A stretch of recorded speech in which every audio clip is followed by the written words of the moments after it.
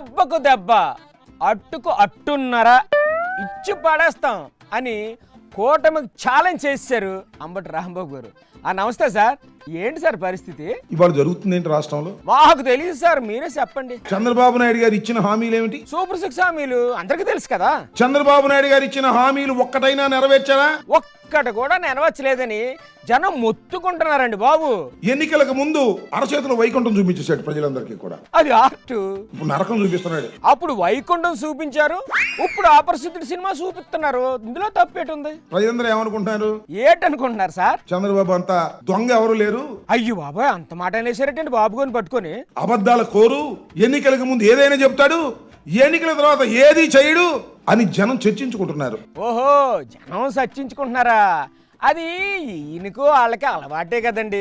ఇందులో కొత్త ఉంది చెప్పండి. పచ్చడి చేస్తారు జనం అన్నట్టు అదేదో కంపెనీకి 99 పైసలకే ఎకరం చొప్పున అప్పగించేసారంట కదా, అదేంటి సార్ అది? అదేంటండి ఉర్స్ అంట. ఇందుకే దాని బ్యాక్గ్రౌండ్ ఏంటి సార్? ఎవరయ్యా ఈ ఉర్స్ అంటే?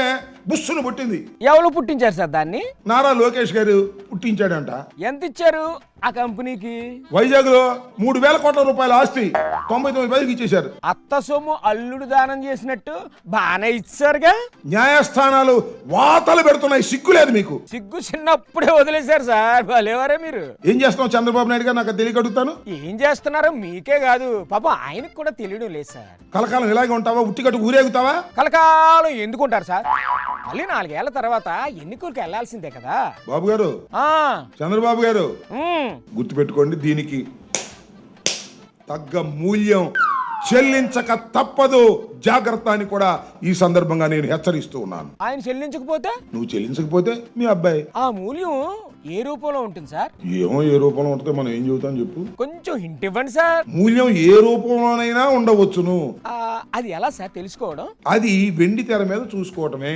అంటే కూటమికి ఇంక మీరు పాన్ ఇండియా సినిమా చూపిస్తారన్నమాట. ఓంబతి గారు అసలు ఏమంటే ఏం జరుగుతుందో తెలుసా? పోలీస్ స్టేషన్ లో తెలీదా?